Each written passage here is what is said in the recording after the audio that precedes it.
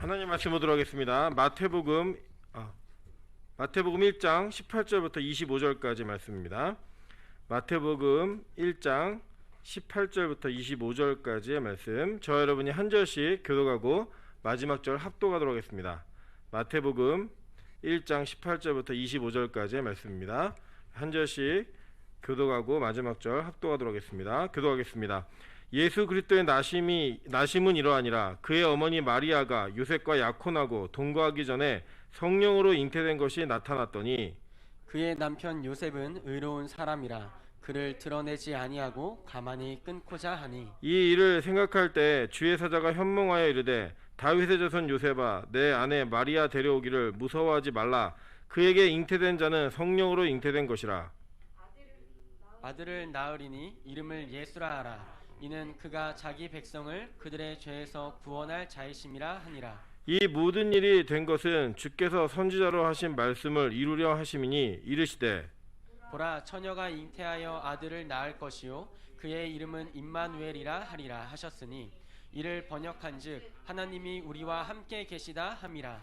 요셉이 잠에서 깨어 일어나 주의 사자의 분부대로 행하여 그의 아내를 데려왔으나 아들을 낳기까지 동침하지 아니하더니 낳음의 이름을 예수라 하니라. 아멘.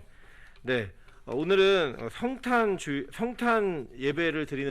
네, 오늘 본문의 말씀을 또 다 잊어버리셨겠지만 어차피 이건 다 아시는 말씀이니까요.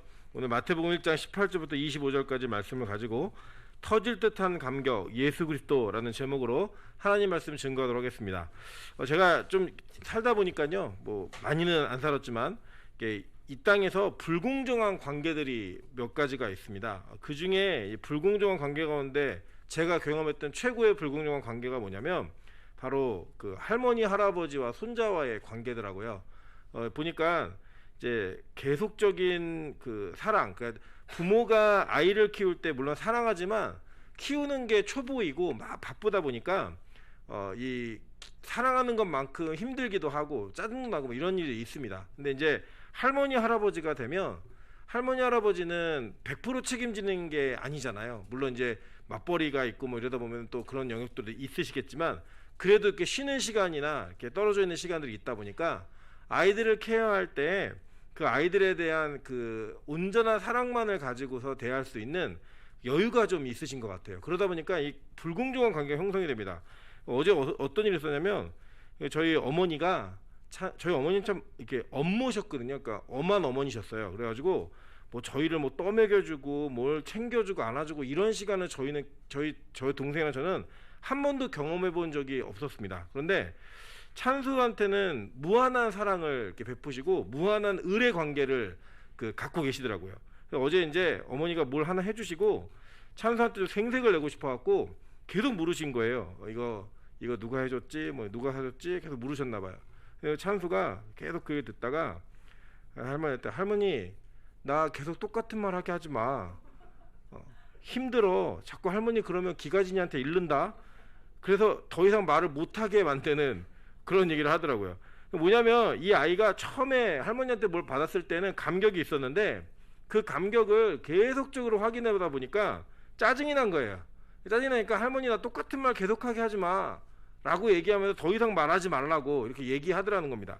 사실 제 어렸을 때만 해도 이렇게 길을 다니면 막 크리스마스 때 캐롤송도 나오고 교회 오면은 막 선물도 엄청 많이 주고 서로 막 크리스마스라고 국민학교 때죠. 저는 국민학교 때 막 카드 만들어서 보내고 이런 일들을 참 많이 했던 것 같습니다. 더군다나 교회에서는 이 크리스마스는 1년 중에 가장 큰 행사가 있는 주일입니다. 그래서 이브 그래갖고 온라인도 하고 촛불 예배도 드리고 막 이런 일들이 많이 있었는데 어느 순간인가 이 캐롤도 사라지고 또 교회 안에서의 어떤 크리스마스를 행복하고 즐겁게 보내는 그런 문화들도 점점점 축소돼 가고 이런 일이 있는 것 같습니다. 아마도 우리가 하나님과 우리와의 관계 속에 왜냐면 갑질을 하고 있지 않아 라는 생각이 좀 들 정도로 하나님 감격하는 거 좀 그만하시죠. 이제 오신 거 알겠으니까 제 일생에 크리스마스 참 많이 지내봤습니다. 이런 태도로 우리가 어쩌면 이 크리스마스를 맞고 있지 않은가라는 그런 안타까운 생각을 그 장면 속에서 그려보았습니다. 사실 제가 오늘 설교를 준비하면서 그냥 편하게 이렇게 귀에 탁 들을 수 있게 앉아서 아무 부담 없이 들을 수 있게 간지도 만들지 말고 이렇게 준비하자라는 마음으로 가볍게 출발했다가 제 안에 혹시 그 찬수처럼 감격이 사라진 부분이 아닌가라는 그 안타까움이 들어서 다시 앉아서 말씀을 더 집중적으로 연구하고 고민하다가 오늘은 이 예수 그리스도가 이 땅에 오신 그 이유와 목적과 이것들을 다시 한번 확인해보고 그 확인 속에 내가 놓친 부분이 있다면 다시 붙들고 나아가는 그런 시간이 되었으면 좋겠다라는 마음으로 오늘 말씀을 준비했습니다. 그래서 오늘 말씀은 여러분이 물론 다 아시는 말씀이기도 하지만 여러분께서 누군가에게 예수 그리스도의 탄생과 이 땅에 오심에 대한 의미가 무엇인지를 정확하게 설명할 수 있는, 그리고 우리가 그 예수를 부를 때 어떤 마음과 태도로 불러야 하는가를 정확하게 다시 한번 확인할 수 있고 점검할 수 있는 그런 시간이 되시기를 주님의 이름으로 축원합니다. 오늘 본문은 사실 마태는 이제 세리였는데 그는 레위 지파 사람이었습니다. 그 당시에 레위 지파라고 얘기하면 어려서부터 율법과 그 말씀으로 체계를 갖고 훈련받은 사람이에요. 그런데 그의 직업이 뭐였냐? 세리였어요. 그러니까 양극단인 거예요. 그 당시에 세리는 지금 우리가 이해하기 참 쉬운 말로 하면 우리 일제강점기 때 순사, 그러니까 그 동족의 피를 빨아먹는 순사 정도로 이해하시면 거의 틀림이 없습니다. 그러니까 세리라고 하는 그 직업을 선택한 레위인, 정말 이거는 아이러니한, 정말 말도 안 되는 선택을 한 사람인 거예요. 그러니까 뭐 예를 들면 그런 거, 신학교 졸업했는데 술집하고 있는 이런 거 거의 비슷한 그런 정도의 개념의 사람이었습니다. 근데 그 마태를 예수님께서 부르셨어요. 나를 따라오라 라고 하는 팔로우미라는 그 한마디로 마태가 세리 일을 보다가 예수님을 급하게 쫓아나왔습니다. 그리고 그는 3년이 좀 넘는 시간 동안에 예수와 함께 동행하며 그 예수님이 어떤 분이신가를 정확하게 이해하고 믿는 시간들이 있었어요. 그 있는 시간 이후에 그가 마태복음이라고 하는 성경을 남기며 자신과 같이 그 복음과 율법에 어려서부터 매여서 자랐고 그 체계 속에 자랐지만 예수 그리스도를 정확히 이해하지 못한 자들, 그리고 오신 메시아를 그대로 이해할 수 없는 자들에게 이 마태복음을 남기면서 그들이 예수를 믿기를 바라고 기대하는 마음으로 이 성경을 써내려왔습니다. 그래서 이 마태복음은 구약에 대한 인용이 상당히 많이 있고 특별히 유대인들에게 복음을 전하기 위한 목적으로 쓰여졌기 때문에 이 내용이 구약과 연결을 잘 지으면 너무나 쉽게 이해하고 또 그 이해 속에서 구약에 약속되어진 메시아가, 그 예수 그리스도가 내가 만나고 내가 경험했던 그 예수라고 하는 확신을 얻게 만들 수 있는 그런 내용들로 채워져 있다라고 하는 것입니다. 그래서 오늘 이 본문에 나와 있는 이 전체적 1장에 있는 이야기들은 이 마태가 예수 그리스도의 족보와 함께 그 예수 그리스도의 나심을 기록하면서 이것이 복음이고 이 내용 안에 어떤 의미가 담겨져 있는가를 정확히 설명하고 있다는 거예요. 오늘 본문은 아니지만 우리 1절 한번 보도록 하겠습니다. 1장 1절을 보면 아브라함과 다윗의 자손 예수 그리스도의 계보라 라고 얘기하면서 마태는 의도적으로 이 아브라함과 다윗의 자손 예수 그리스도 이렇게 얘기하며 아브라함, 다윗 그리고 예수라고 하는 세 인물을 연결짓고 있는 것들을 볼 수 있습니다.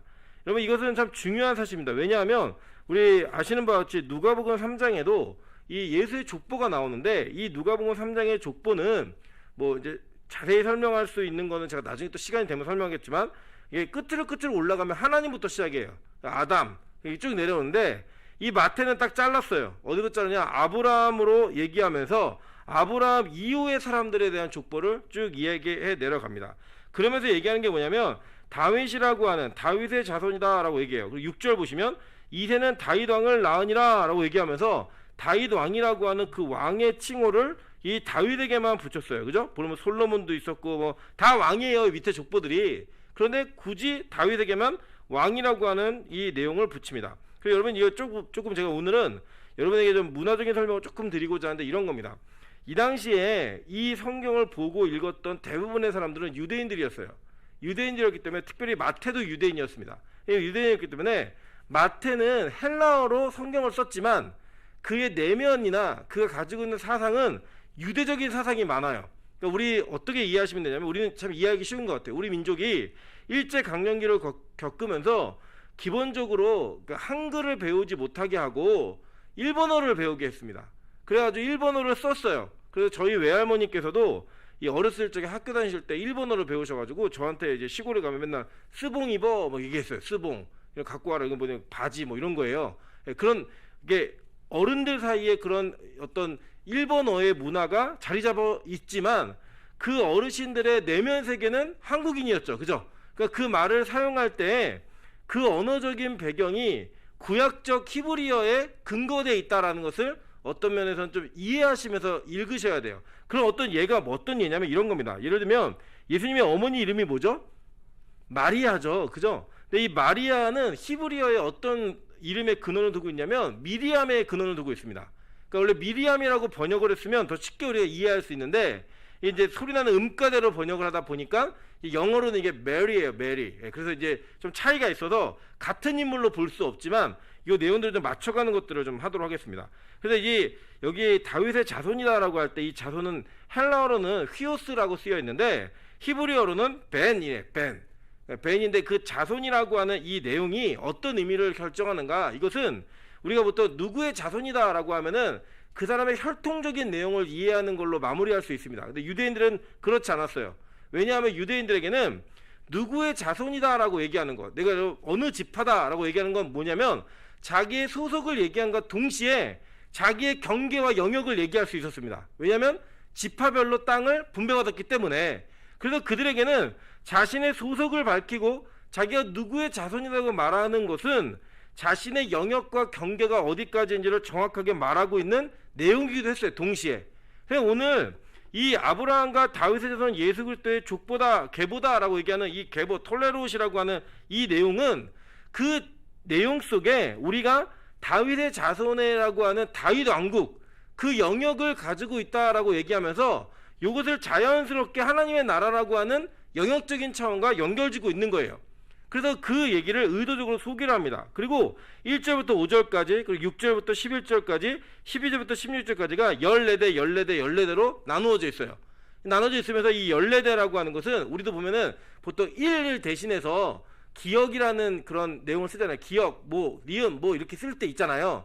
갑을, 병정 이렇게 하는 것처럼 그런 것처럼 이 히브리어에도 음가에 맞는 숫자들의 이게 매칭이 있습니다. 근데 다윗이라고 하는 이 단어를 그 음가로 맞추면 14이라는 숫자가 나와요. 그러니까 14대 14대 14를 의도적으로 맞추는 거예요. 그리고 여기서 몇 명은 누락돼 있어요. 뺐어요, 그냥 족보에서.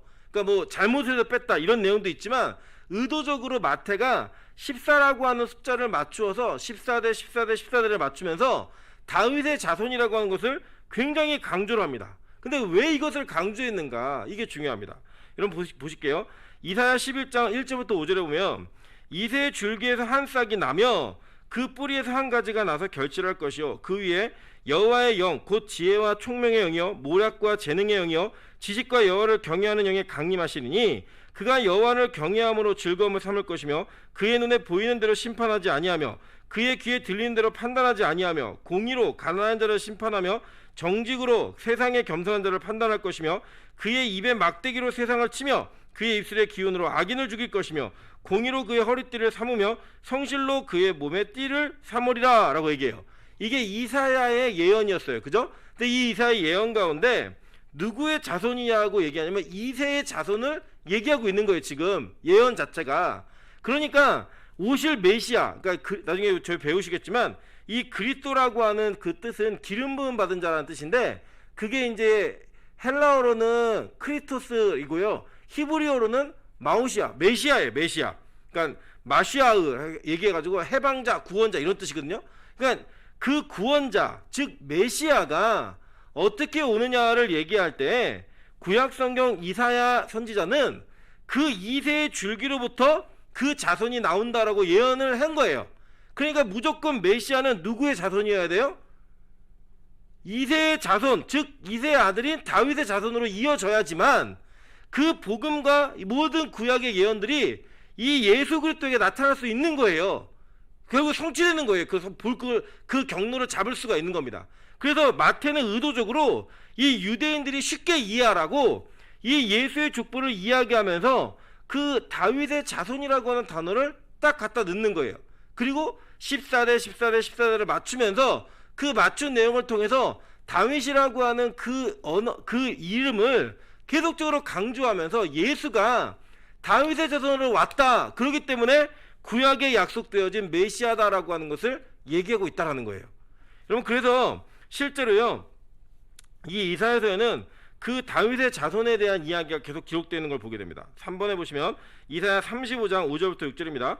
그때 맹인의 눈이 밝을 것이며 못 듣는 사람의 귀가 열릴 것이며 그때 저는 자는 사슴같이 뛸 것이며 말 못하는 자의 혀는 노래하느니 이는 광야에서 물이 솟겠고 사막에서 시내가 흐를 것임이라 라고 얘기해요. 그러니까 이게 뭐냐면요, 이사야는 계속 하나님의 나라가 도래되었을 때 그 도래를 몰고 오는 자, 그 메시아가 올 때 어떤 일이 일어나는가, 이것을 쓴 내용이에요. 그러면서 이게 뭐예요? 맹인의 눈이 떠질 것이다 라고 얘기하는 거예요. 그래서 여러분 잘 보시면요, 구약에는 맹인이 눈을 뜨는 기적은 한 번도 나오지 않아요. 근데 신약에서 예수 그리스도만이 맹인의 눈을 뜨는 일들을 하시는 것들을 보게 됩니다. 그리고 뒤에 보면은 못 듣는 자가 어떻게 했어요? 귀가 열릴 것이고 그때 저는 자는 사슴같이 뛸 것이고 말 못하는 자의 혀는 노래하리니 라고 얘기하면서 회복이 있음을 얘기하고 있는 거예요. 그러니까 이 내용, 즉 다윗의 자손이어야 되고 이런 치유와 회복의 역사가 나타나야 되는 것을 얘기하고 있는 거예요. 자, 이사야서 이제 4-1번입니다. 제가 오늘 어떤 분이 그렇게 얘기하더라고요. 뒤에 보니까 여백이 많으니까 일찍 끝날 것 같은 기쁨이 있다, 막 이렇게 해서 제가 여러분에게 서비스로 숫자도 줄여드렸어요. 일부러 4를 2번 넣습니다. 오타입니다. 4-1번, 이사야 61장 1절에 보시면 주 여호와의 영이 내게 내리셨으니 이는 여호와께서 내게 기름 부으사 가난한 자에게 아름다운 소식을 전하게 하라 하심이라. 나를 보내사 마음이 상한 자를 고치며 포로된 자에게 자유를, 갇힌 자에게 노임을 선포하며 라고 얘기해요. 그죠? 그러니까 즉 이렇게 오신 분이 우리의 외적인 맹인이었던 자가 눈을 뜨고 못 듣는 자가 귀가 열리고 말 못하는 자가 말을 하고 이런 것도 있지만 우리의 내면 세계, 영적인 세계도 다 치유한다라고 얘기하고 있는 거예요. 영육간의 치유를 다 하는 다윗의 자손이 온다, 그분이 메시아다라고 하는 걸 강조해서 얘기하고 있는 거예요. 그래서 이 내용들은 실제로 우리는 그래 그럴 수 있지 라는 내용일 수 있지만 지금 이 유대인들에게는 이것은 하나님의 예언하신 이사야서가 성취되어지는 장면이었던 거예요.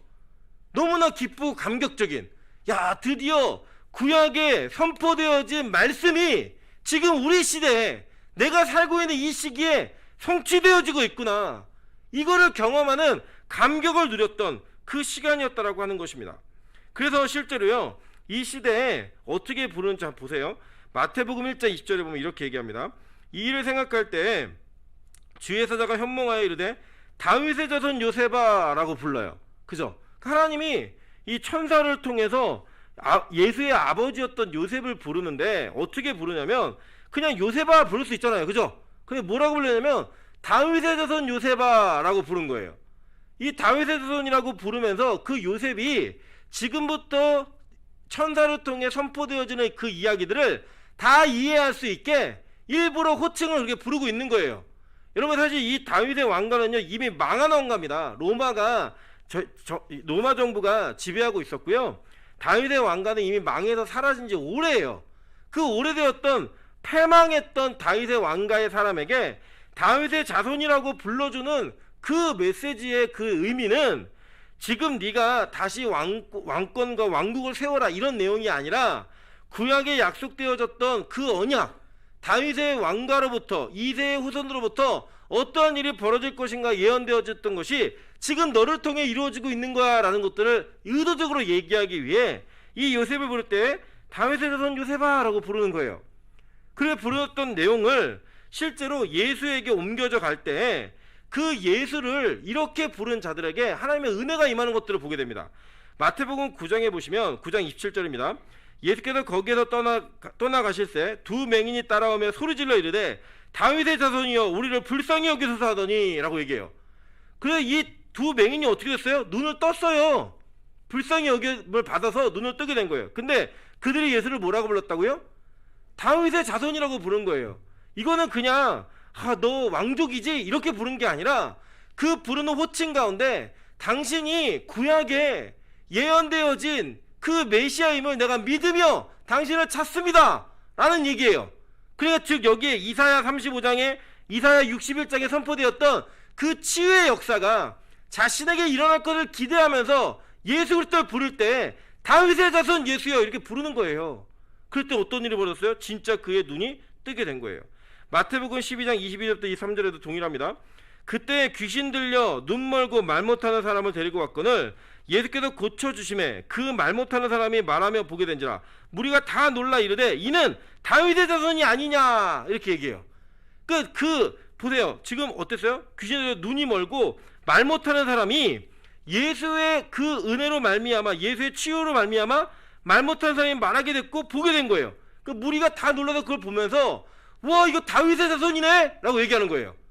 무슨 얘기인지 이해되시죠? 그러니까 구약에 예언되어진 사람이 바로 이 예수네 라고 얘기하고 있는 거예요. 그러니까 지금 마태는 이 장면을 통해 야 예수님 병 고치는 분이야 이걸 얘기하는 게 아니에요.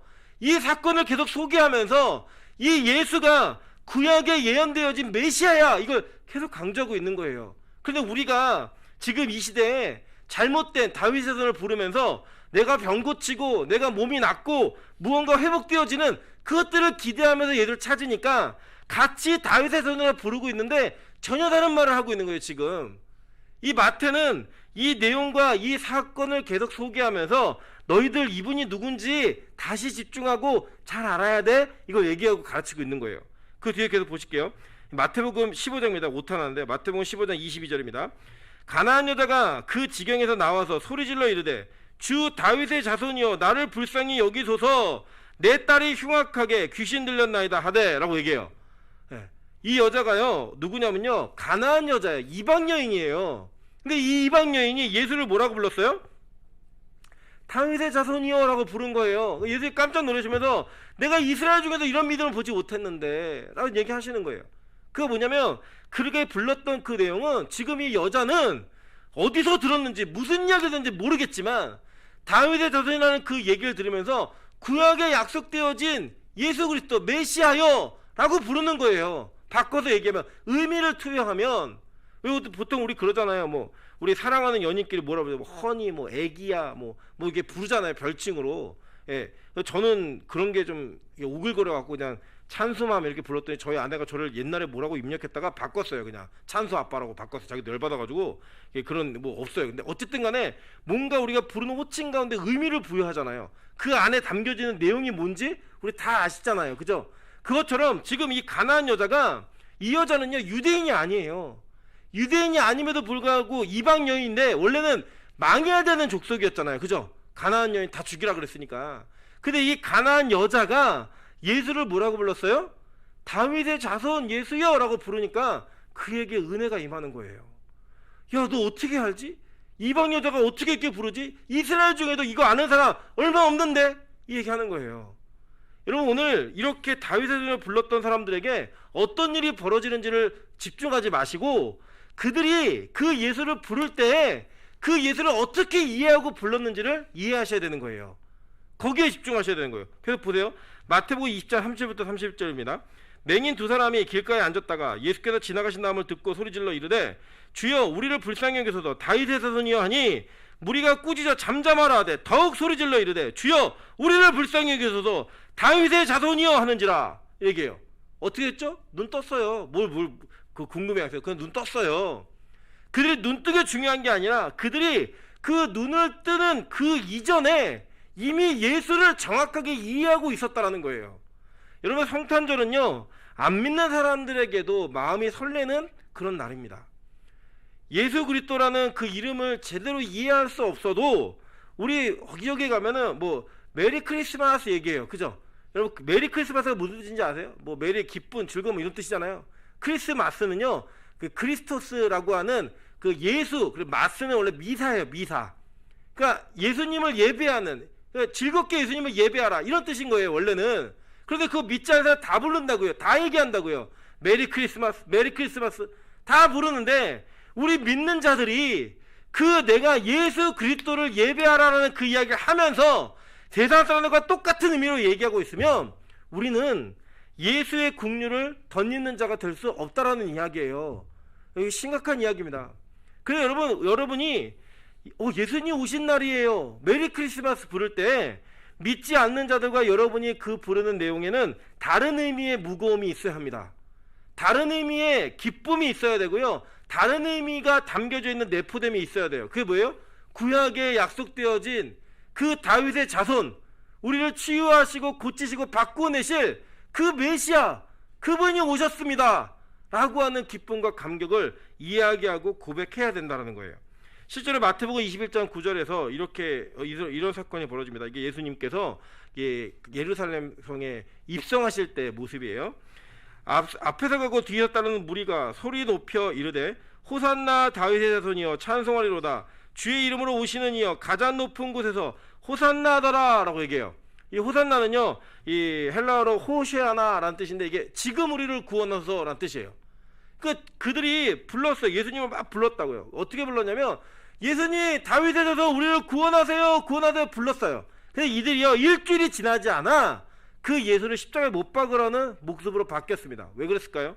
이미 이전에 예수님께서는요, 많은 표적들을 통하여서 내가 구약에 약속되어진 메시아다라고 하는 것들을 계속적으로 어필하셨어요. 그리고 그것이 전달되길 바라셨어요. 그런데 그 전달받은 사람들은 그 예수 그리스도의 메시지에 집중한 것이 아니라 뭐에 집중했느냐? 그가 오병이어의 기적을 행하고 죽은 자를 고치고 병든 자들을 회복시키는 그 사건에 집중하다 보니까 예루살렘에 입성하실 때 그를 환영했던 모든 그 환영의 의미는 어떤 내용들이었냐면, 지금 우리를 로마의 정부로부터 군사적으로 정치적으로 독립시켜라, 경제적으로 이 가난하고 어려운 사람들을 바꾸내라 라고 하는 그 호칭으로서 예수 그리스도를 부른 거예요. 우리를 구원해 달라고.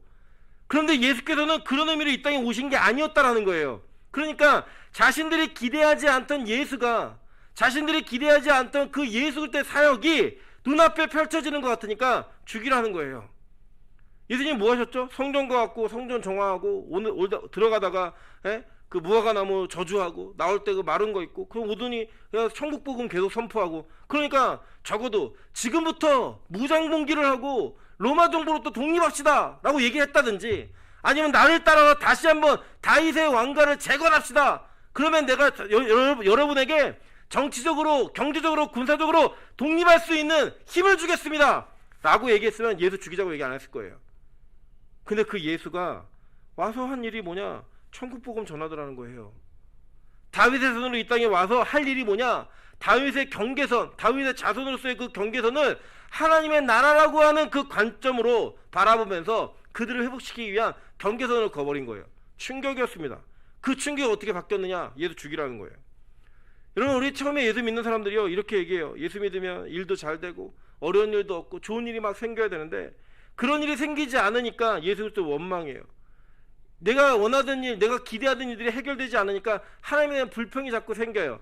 그래서 결국에는 이런 하나님이면 안 믿겠다라는 마음이 드는 거예요. 그렇게 들 수밖에 없는 거예요. 왜냐? 예수 그리스도가 어떤 분인지 제대로 이해하지 못했기 때문에. 여러분, 그 시대에 일주일도 지나지 않은 시점에 예수를 죽이라고 했던 그 모습의 마음과 태도가 우리 안에 없으신 것 같습니까? 저 우리 안에 충분히 있다고 생각합니다.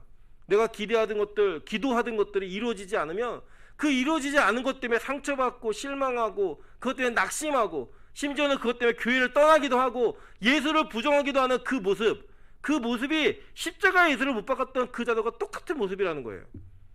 저는 오늘 이 성탄을 맞아서 지금 우리 빛가서금교회 성도들, 이 말씀을 듣고 있는 모든 이들이 어떠한 관점으로 예수 이름을 불러왔고 그 예수의 이름 앞에 여러분 무릎을 꿇고 있었는지, 그분께 기도하고 있었는지를 다시 한번 점검하는 은혜가 있기를 주님의 이름으로 축원합니다.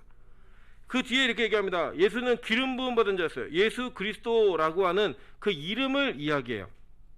그 이름을 얘기하는데 그 16절 보세요. 1장 16절 보시면 야곱은 마리아의 남편 요셉을 낳았으니 마리아에게서 그리스도라 해요. 이 그리스도라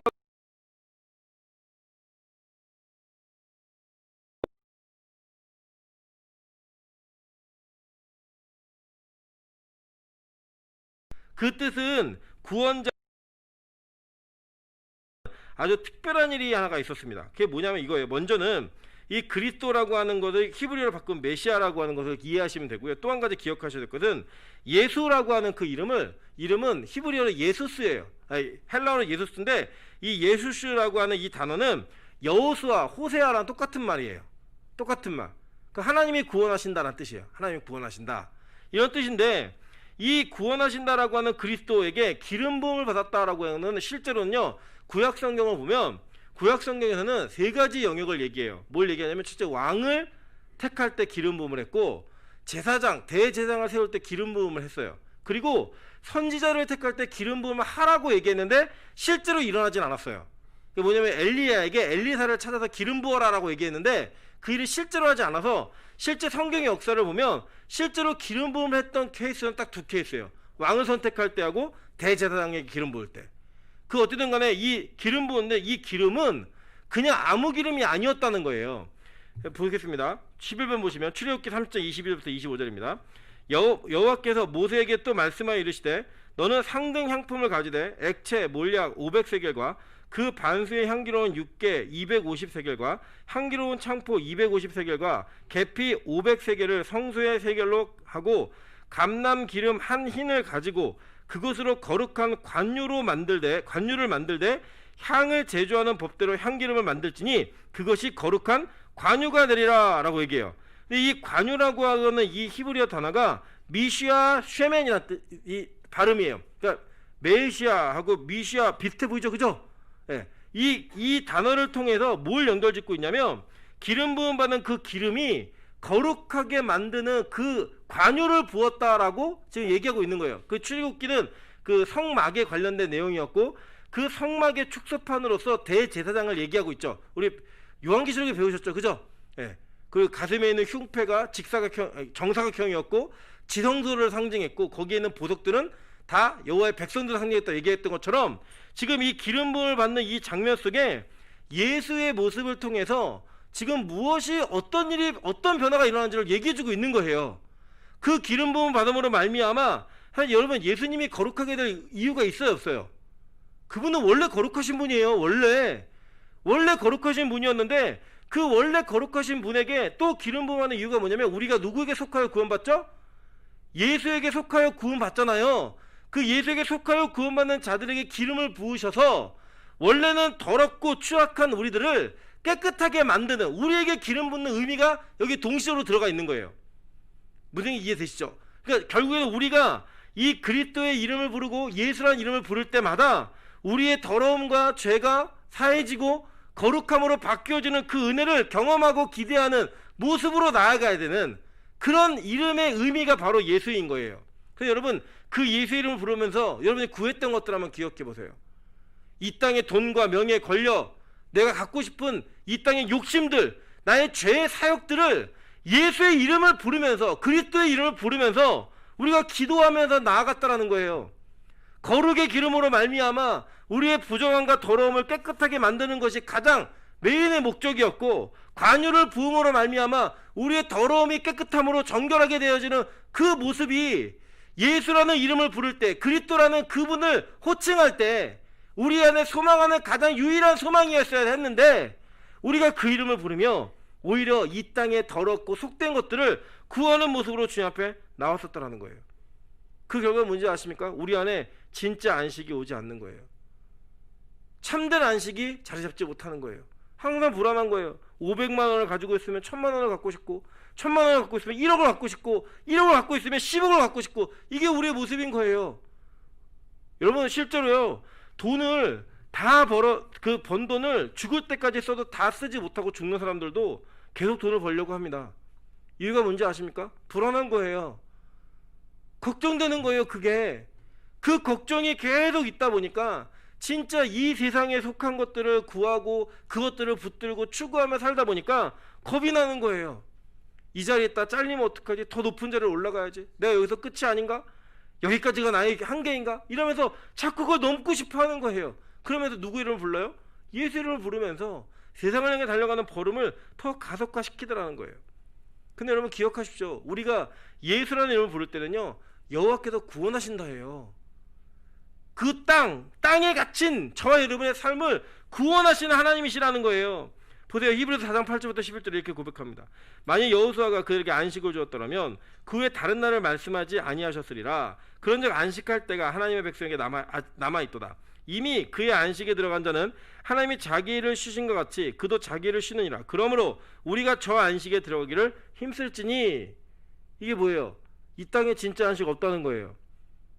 이 땅에 어떤 사람들로도 심지어는 예수 그리스도를 모형했던 여호수아조차도 진정한 안식을 주지 못했다라는 거예요. 진정한 샬롬이 없었다라는 거예요.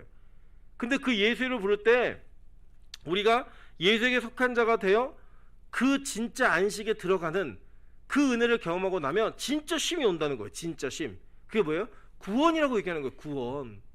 이 땅의 경쟁과 치열한 삶과 자기의 열등감과 과시와 모든 이 땅의 감정들로 인해 부서지고 무너지고 때로는 남을 밟기도 하고 밟히기도 하고 이러면서 쌓았던 이 지옥과 같은 그 삶을 끝내는 그날 영원한 천국에 들어가는 것을 쉼이라고 표현했다고. 쉼, 안식, 완성되어짐, 원래 자리로 돌아감. 원래 우리 인간은 그렇게 만들어진 존재였어요. 그래서 예수 그리스도가 오셨다라고 얘기하는 그 감격 속에는 아, 드디어 이 지긋지긋한 지옥 같은 삶을 끝내고 천국의 삶을 맛보며 살 수 있겠습니다 라는 고백이 터져 나와야 되는 거예요. 그 감격이 있어야 되는 거예요. 근데 그게 안 되더라는 거예요. 호세아도 마찬가지예요. 로마서 9장 24절부터 26절에 보면 이렇게 얘기합니다. 이 그릇은 우리니 곧 유대인 중에서뿐 아니라 이방인 중에서도 부르신 자니라. 호세아의 글에도 이르기를 내가 내 백성이 아닌 자를 내 백성이라 사랑하지 아니하는 자를 사랑한 자라 부르리라. 너희는 내가 내 백성이 아니라 한 그곳에서 그들이 살아계신 하나님의 아들의 일컬음을 받으리라 함과 같으니라 라고 얘기해요. 이게 뭐냐면요, 이 호세아는 어떤 사람이냐면 호세아는요 북이스라엘 선지자였어요. 근데 이 호세아에게 하나님이 아주 특별한 명령을 내립니다. 어떤 명령을 내냐면 음탕한 여인 고멜과 결혼하라고 얘기했어요. 선지자에게. 그걸 통해 뭘 보여주고 싶었냐면 지금 하나님의 백성이었던 이스라엘 백성들이 얼마나 타락했는가를 보여주는 거예요. 그걸 네 가정에서 실현하라는 거예요. 이게 얼마나 황당한 계시예요. 근데 호세아가 그걸 이행을 해요. 그 이행을 해갖고 애를 낳는데 애 이름 중에 뭐냐면 애가 암미예요. 로암미. 로암미 뭐냐? 하나님 백성 아니다예요. 암미는 백성이라는 뜻이거든요. 근데 로가 붙으면 아니라는 뜻이야. 로암미. 애 이름이 그래요. 하나님 백성 아니다. 너 하나님 백성 아니야 라는 이름을 지어줬어요. 우리는 뭐 그런 거죠. 노 대한민국 이렇게 진 거예요. 예. 노 한국인 이렇게 진 거예요. 예. 그런 식으로 너 한국인 아니야 이렇게 진 거예요. 예. 그 이름이 그게 기뻤겠습니까? 아니에요. 근데 하나님은요 선지자에게 그렇게 이름을 지으라 하시면서 이 백성이 지금 어떤 일을 하고 있고 어떤 상황인지를 보여주고 있는 거예요. 근데 그 중에 호세아를 통해서 말씀하신 내용이 뭐냐면 내가 내 백성이 아닌 자를 내 백성이라 사랑하지 않은 자를 사랑한 자라고 부르리라 라고 얘기하는 거예요. 예수 이름을 부를 때. 그럼 여러분 우리는 원래 어떤 인간이냐면요 원래는 우리 모두가 다 백성이 아닌 사람들이에요. 하나님 백성이. 원래는 우리 모두가 사랑받을 자격이 없는 존재였다고요. 그 없는 존재가 예수라는 이름을 통해 그렇게 되는 은혜를 경험하게 된 거예요. 그게 우리의 최고의 목적이라고요. 그게 우리의 신앙생활의 출발이고 마지막이에요. 그래서 우리는 그 안에 너무 많은 것들을 달고 사는 거예요. 심지어는 하나님의 백성이 가져서는 안 될 것들을 갖고 사는 거예요. 여전히 하나님의 백성이라고 부름을 받고 싶지만 그 안은 하나님의 백성이 아닌 것들을 채우고 싶은 그 마음이 우리 안에 가득하더라는 거예요. 이런 실제로요 이 크리스마스가 되면요 뭐 연말에 사람들이 모여서 술 먹고 놀고 하는 문화가 뭐 비일비재하고요. 전국에 있는 모든 모텔에는 빈 객실이 없을 정도로 자기의 어떤 예수 그리스도 메리 크리스마스라는 그 예수를 부르며 이 세상이 무슨 짓을 하고 있는지 한번 보시자고요. 여러분 예수라는 이름을 부르면서 메리 크리스마스라는 그 호칭을 서로 하고 있으면서 저와 여러분이 지금 오늘 내 안에 하나님을 향해 뭘 구하고 있고 내 인생의 방향성이 어디로 가고 있는지를 다시 한번 점검해 보시자는 거예요. 지금 우리가 크리스마스를 그렇게 보내고 있는 거예요. 그렇게 기대하고 있는 거예요. 연말연시에 뭐 코로나 때문에 뭐 4명 이상 모이지 마라. 왜 못 놀게 하지? 이거예요. 왜 즐기지 못하게 하지? 이거예요. 그런데 거기에 우리의 마음도 동일한 마음으로 있잖아요. 동일한 마음으로. 그 마음으로 우리가 예수 이름을 여전히 부르고 있다는 거예요. 어쩌면 진짜 이 크리스마스의 주인공인 예수 그리스도를 이해 못하고 있으니까 그 이름을 부르면서 그 일을 하고 있는 거예요. 차라리 다른 이름을 불렀으면 더 좋았을 텐데. 이사야는 61장에서 분명히 이 얘기를 하고 있습니다. 주 여호와의 영이 내게 내리셨으니 이는 여호와께서 내게 기름을 부으사 가난한 자에게 아름다운 소식을 전하게 하려 하십니다. 나를 보내사 마음이 상한 자를 고치며 포로된 자에게 자유를, 갇힌 자에게 노임을 선포하며 여호와의 은혜의 해와 우리 하나님의 보복의 날을 선포하여 모든 슬픈 자를 위로하되 무릇 시온에서 슬퍼하는 자에게 화관을 주어 그 죄를 대신하며 기쁨의 기름으로 그 슬픔을 대신하며 찬송의 옷으로 그 근심을 대신하고 그들이 의의 나무 곧 여호와께서 심으신 그 영광을 나타낼 자라 일컬음을 받게 하려 하심이라 라고 얘기해요. 이게 이 크리스마스의 의미라고요. 아, 예수 그리스도 이름을 부르면서 내가 원래 하나님 백성이 아니었지, 내가 원래 더러운 인간이었지, 근데 내가 정결하게 바뀌어지고 하나님 백성이 되네. 그 감격의 기쁨이 막 있어야 되는 거예요. 그 터질 듯한 이름의 감격 있어야, 예수 그리스도의 이름만 부르면서 막 가슴이 막 뛰어야 되는 거예요. 뛰어야 되는 거예요. 제가 어제 이제 저녁에도 이게 여러 가지 보다가 어떤 한 연예인이 굉장히 이게 남자 연예인인데 친한 여자 연예인들이 많아요. 많은데 그 친한 여자 연예인들 다 예쁘게 생겼거든요. 근데 걔네들 나와갖고 막 눈을 맞추고 뭐래도 이제 게임인데 심장 박동수를 높이는 게임이에요. 근데 심장 박동수가 아무렇지도 않아요. 근데 실제로 자기가 사귀는 여자애가 사귀기 전에 둘이 서가지고 그 여자의 눈만 바라보는데 심장 박동수가 올라가기 시작해요. 97에서 136까지 계속 두근두근 또 뛰어 올라가는 거예요. 계속 올라가면서 그 심장의 박동수를 어떻게 할지 모르는, 별것도 안 했어요. 눈 쳐다보고 여자가 손 한 번 잡아줬더니 심장이 막 두근두근 막 터질 듯이 뛰는 거예요. 여러분, 예수의 이름을 부르며 그런 감격을 경험해 보신 적이 있으십니까? 예수 그리스도의 이름을 부르면서 여자친구 남자친구의 손을 잡을 때 그 짜릿함과 그 감격이 있었던 것처럼 기도할 때 하나님의 이름을 부를 때 주여 삼창을 하면서 그 감격이 있었던 경험이 있으시냐고요. 아니, 옛날에 있었던 거 말고요, 지금 있으시냐고요. 만약에 오늘 우리가 메리 크리스마스라는 그 예수의 이름을 부르며 여전히 그 감격이 없는 무미건조한 이 세상의 즐거움과 기쁨의 감격만을 가진 채 그 이름을 부르고 있다면 우리는 여전히 하나님의 백성이 아닌 그런 상태의 가능성이 참 크다라는 겁니다. 저는 목사입니다. 저희 어머니도 목사이시고 저희 4대째 저희 증조 외할머니, 증조 할머니께서 신앙생활을 하셨기 때문에 저는 예수라는 이름을 귀에 못이 박히도록 들으며 자랐습니다. 뭐 어렸을 때 동생이랑 같이 뭐 놀이를 하면 보통은 뭐 학교놀이, 병원놀이 이런 거 하는데 저희는 교회놀이 했습니다. 제가 설교하고 제 동생은 뭐 기도하고 있으면 제가 가서 안수하며 제 동생이 막 라라라 그럼 방언받았다 그러고 제 동생이 찬양인도 하고 막 이러면서 어린 유년 시절을 보내왔습니다. 그래서 누구보다 예수라는 이름을 많이 들어왔습니다. 그런데 제가 진짜 이 예수님이 어떤 분인지 알고 나니까 예수라는 이름이 저에게는 그 무엇과도 바꿀 수 없는 감격이었습니다. 제가 어떤 때 위기가 느끼냐면 그 예수라는 이름을 듣고 부르는데 제 안에 감격이 사라질 때, 어쩌면 여기 뭐 장로님들도 계시고 다 저보다 어르신들 많이 계시지만 그분들보다 저는 더 많은 순간 동안 예수라는 이름을 들었을 것입니다.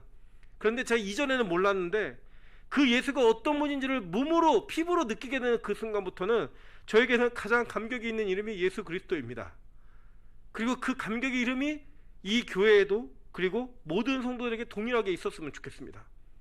성탄에 예수의 이름을 부르며 너무나 감사하고 기쁨의 감격이 있는 그런 교회, 그런 성도 가치가 얼마나 될까? 많은 교회가 트리를 만들고 전등을 붙이고 예수님이 오셨다라고 광고하고 있는데 정말 그 예수님이 오셨을 때 반겨줄 교회가 몇 교회나 될까? 정작 나부터도, 내 교회, 나라는 교회부터도 그런 교회가 아닌데 어딜 가셔야 될까? 여러분, 그런 생각 한 번이라도 해보신 적 있습니까? 생일 파티를 하는데 케이크도 있고 뭐 다 있는데 주인공이 없어도 자기들끼리 즐거워요. 주인공이 오지 않았는데 그 촛불을 불 기회도 주지 않고 자기들끼리 촛불 보고 생일 케이크를 다 먹고 있어요. 우리 뭐라고 얘기합니까? 왜 이렇게 예의가 없지? 이게 말이 돼? 너네 지금 뭐하는 짓이야? 진짜 지금 그 짓을 우리가 하고 있는 거예요. 매년 크리스마스 때마다, 매년 크리스마스 때마다. 앞으로 몇 년을 더 해야 될지도 모릅니다. 저는 이제 빛과 소금교회가 이 일을 끝내길 원합니다. 정말 끝내길 원합니다. 그래서 예수라는 이름에 감격이 있고 감사가 있고 그 은혜가 있는 그 고백과 그 감동이 우리 모두에게 있었으면 좋겠습니다. 마지막으로 이 예수라는 이름 속에 그 내용들을 보면 23절 한번 보겠습니다. 보라, 처녀가 잉태하여 아들을 낳을 것이요 그의 이름은 임마누엘이라 하리라 하셨으니 이를 번역한즉 하나님이 우리와 함께 계시다 함이다라고 얘기했어요. 이 이름을 정해줬어요. 이름을 정해줬고 예수라는 이름을 정해줬는데 그 일이 그 의미가 뭔지를 임마누엘과 지금 연결하고 있는 거예요. 처녀가 아들을 낳았는데 이게 얼마나 중요한 일인지 한번 보시도록 할게요. 우리 물론 이제 뭐 그 사도신경을 들었던 분들은 기억하시겠지만 이거는 상징적으로만 의미가 있는 게 아니고요, 실제적으로도 의미가 있는 그런 차원의 내용들이 있습니다. 오늘은 그 실제적인 부분들을 좀 보도록 할게요. 근데 말라기 4장 1절부터 3절에 보시면요, 만군의 여호와가 이르노라 보라 용광로 불같은 날이 이르니 교만한 자와 악을 행하는 자는 다 지푸라기 같을 것이라 그 이른 날에 그들을 살라 그 뿌리와 가지를 남기지 아니할 것이로되 내 이름을 경외하는 너희에게는 공의로운 해가 떠올라서 치료하는 광선을 비추리니 너희가 나가서 외양간에서 나온 송아지같이 뛰리라. 또 너희가 악인을 밟을 것이니 그들이 내가 정한 날에 너희 발바닥 밑에 재와 같으리라 만군의 여호와의 말이니라 라고 얘기해요. 이 내용이 뭐예요? 마지막 심판 때를 얘기하고 있죠, 그죠? 이 얘기를 이 말라기를 끝으로 하나님께서는 더 이상 성령을 통한 메시지를 이스라엘 공동체와 이 땅에 선포하지 않으셨습니다. 여러분, 그래서 말라기와 마태복음은 뭐 이렇게 연결되어 있는 것은 거의 한 장만 넘기면 연결되어 있지만 이 공간에 400년이라는 시간이 흐르고 있습니다. 그래서 제가 이 400년을 알려드리려고 중간기를 2번이나 했는데 여러분이 그 중간기 때문에 더 시험에 드셔가지고 이건 배우지 않아야겠다, 400년이 있었다, 이것만 좀 기억하시면 좋을 것 같아요. 이 앞에 장 말라기 마지막 장과 이 마태복음은 약 400년이라는 공백기가 있는 거예요. 여러분 생각해 보세요. 우리가 같이 사는 가족들이 한 달만 말을 하지 않아도 정말 힘듭니다. 답답해요. 물론 저와 저희 어머니는 3년 동안 말을 하지 않고도 잘 지냈습니다. 그냥 서로 독한 사람도 있지만 3년이 아니라 400년이라고 한다면 얼마나 괴롭고 힘들까요? 사실 저도 그 3년 동안 정말로 그 답답함이 있었습니다. 무슨 일이 있어도 상의도 할 수 없고 어떤 어려움이 있어도 도움을 요청할 수도 없고 뭐 어려운 일들이 상당히 많았죠. 근데 400년 동안 하나님 말씀하지 않으셨던 거예요. 즉 400년 동안 성령을 통한 메시지가 이스라엘 공동체 그 누구에게도 나타나지 않았던 거예요. 그런데 오늘 예수 그리스도가 성령으로 잉태되었다라고 얘기하면서 다시 그 성령의 역사가 시작되는 거예요. 여러분, 이게 얼마나 큰 감격인지 아십니까? 우리 연인끼리 다투고도요, 말 안 하고 이제 응답이 없을 때가 있어요. 그런데 응답이 없다가 다시 만나게 됐을 때 그 연인의 눈에서, 그 연인의 목소리와 그 단어에서 자기를 향한 애틋한 마음이 느껴질 때 우리 감동이 있습니다. 저도 이제 저희 아내하고 연애하다가 서로 이제 좀 안 맞아가지고 저 일주일만 시간을 좀 가져보고 저 헤어질지 더 만날지 좀 결정해보자, 이런 시간을 한번 가진 적이 있습니다. 그리고 이제 일주일 동안 연락도 안 하고 있다가 일주일 만에 만나는데 죽전에 한 카페에서 만났습니다. 만났는데 제가 그 일주일 동안 그 애타는 마음을 가지고 다시 만나러 갈 때 가장 제가, 물론 저희 아내의 기준에서는 뭐 택도 없었겠지만 제가 입을 수 있는 가장 좋은 옷, 제가 가장 멋내는 옷, 뭐 그런 걸 딱 입고 나갔어요. 나가서 다시 만나기로 했을 때 그 감격, 감동, 그거는요 여러분 이루 말할 수 없는 감격이었습니다. 그래서 지금 오늘이 있는 거예요. 여러분 그냥 웃으시며 들으시면 그날이 없었으면 저는 이 자리에 없을 수도 있고요, 찬수는 태어나지도 못했습니다. 그런데 그날이 있었던 거예요. 그날이.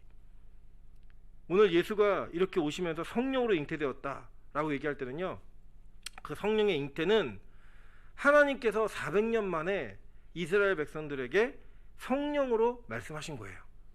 메시지 주신 거예요. 그 감격이 있는 거예요. 그 감격을 우리가 예수 그리스도라는 이름을 부르면서 메리 크리스마스라고 외치면서 그 감격을 같이 누리는 겁니다. 시대를 초월해서. 와, 그때 말씀하신 그 은혜가 나에게 구원으로 다가오고 있구나, 나에게 지금 오늘 감격으로 오고 있구나, 이 감격을 느끼시는 거예요. 그게 바로 복음입니다. 그래서 실제로 성령으로 잉태된 것이 나타났더니 라고 얘기해요. 그죠? 근데 이 내용이 뭐냐면요, 잘 보세요. 이 내용은 지금 이 장면 속에 하나님께서 무언가를 담아 놓으셨어요. 자, 보시면 여기는 우리 이 본문은 그 실제로는 이사야 7장 14절이에요. 14절인데 15절을 보시면 이 답이 있어요. 뭐가 있냐면 보실게요. 이사야 7장 14절부터 15절을 보시면 그러므로 주께서 친히 징조를 너희에게 주실 것이라 보라 처녀가 잉태하여 아들을 낳을 것이요 그 이름을 뭐라고 한다고요? 임마누엘이라고 얘기해요. 근데 뜻이 하나님이 우리와 함께 계시다예요. 그런데 그가 악을 버리며 선을 택할 줄 알 때가 되면 엉긴 젖과 꿀을 먹을 것이라 라고 얘기했어요. 그죠? 근데 이 적과 꿀, 이게 뭐죠? 하나님 약속한 가나안 땅이었잖아요.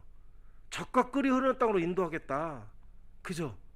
그래서 이 장면은요, 원래 뭐냐면 할 수 없는 중에 하나님이 그 일을 하신다는 걸 보여주기 위해, 제가 이게 아하스라는 이스라엘의 왕과 지금 이사야가 대화를 나누는 장면 속에 하나님이 너네 구원하실 거야. 그랬더니 나 그거 못 믿겠어. 그랬더니 그 징조를 구해봐. 아, 나 안 구할래.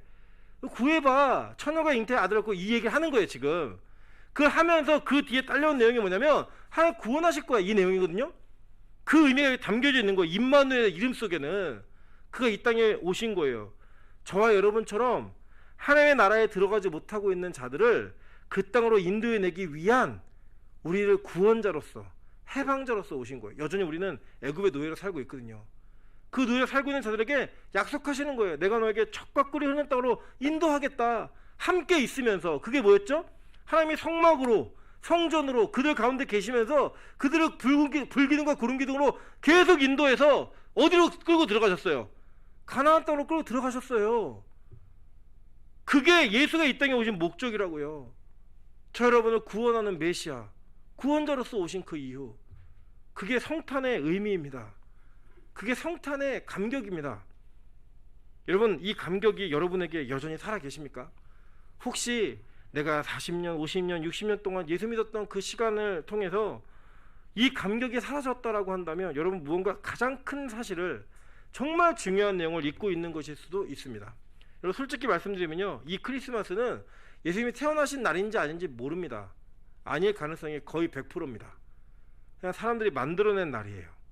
그래서 이 절기를 마치 우리가 생일을 지키듯 지키는 것은 좀 무의미합니다.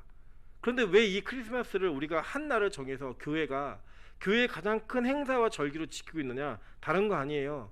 그 예수 그리스도의 의미와 그 예수 그리스도가 누구신지를 정확히 알고 기억하고 고백하며 감격하라는 거예요.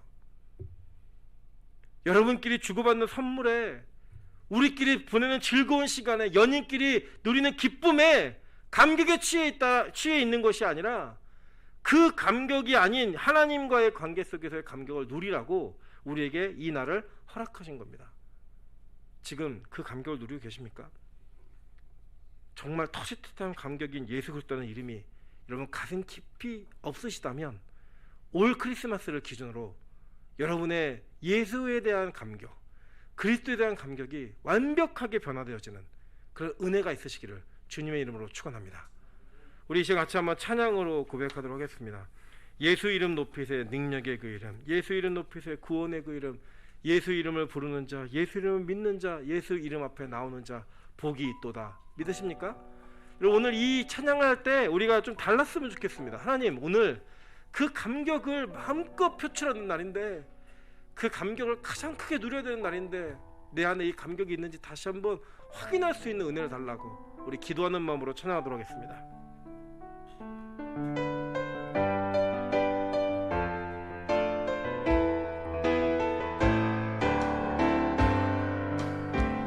수많은 무리들이 줄 들고 고백합니다. 예수 이름 높이세, 능력의 그 이름, 아멘. 예수 이름 높이세, 능력의 그 이름, 예수 이름 높이세, 구원의 그 이름, 예수 이름을 부르는 자, 예수 이름을 믿는 자, 아멘. 예수 이름 앞에 나오는 자 복이 있도다. 우리 다시 한번 고백합니다. 예수 이름 높이세, 예수 이름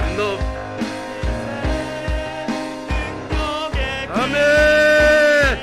예수 이름 높이세, 구원의 그 예수 이름을 부르는 자,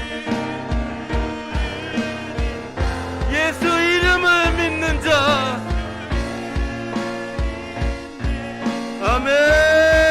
예수 이름 앞에 나오는 자 복이. 우리 마지막으로 다시 한번 고백합니다. 두 손 높이 들고 찬양합니다.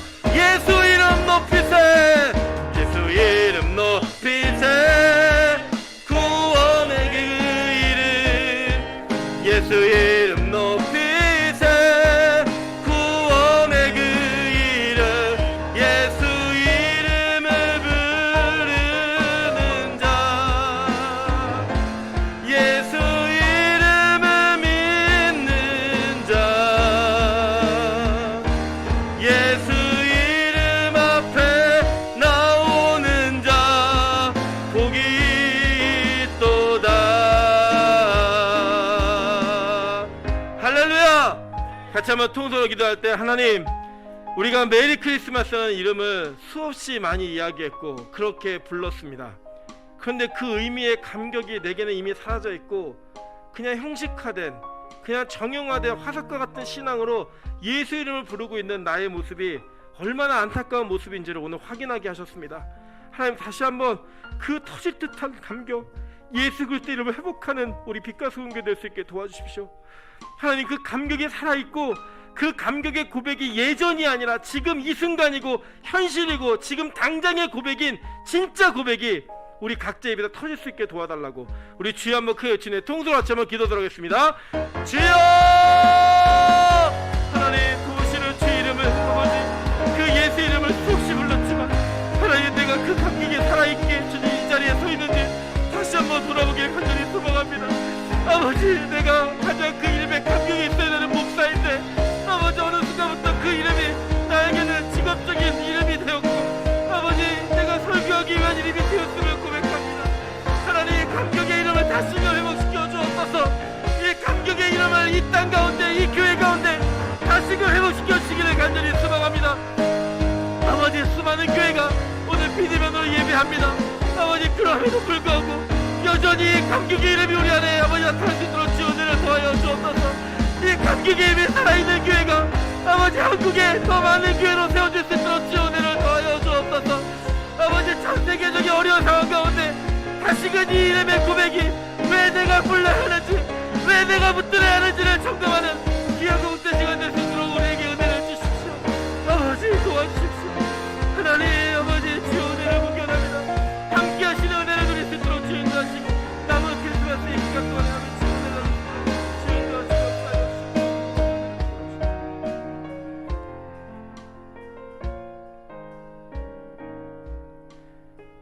하나님 이 터질 듯한 감격 그 예수 그리스도의 이름이 우리 안에 가장 뜻깊게 빛나게 남아있어야 하는데 하나님 이제 그 고백했던 시간들을 찾기에 기억을 더듬기도 참 까마득한 시간들이 많이 흐르고 있음을 고백합니다.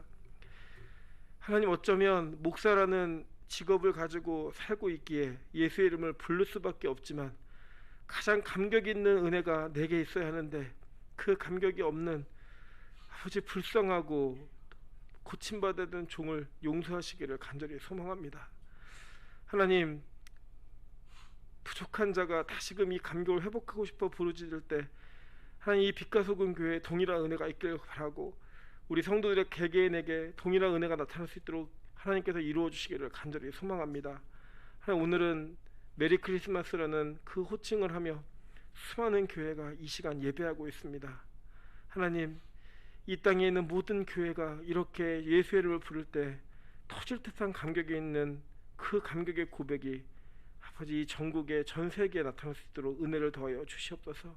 그래서 진짜 그리스도인 진짜 예수에게 속한 자된 그 구속함을 입은 자가 된 그 간절한 고백에 있는 사람들이 날로 늘어가는 역사를 볼 수 있도록 은혜를 더하여 주시옵소서.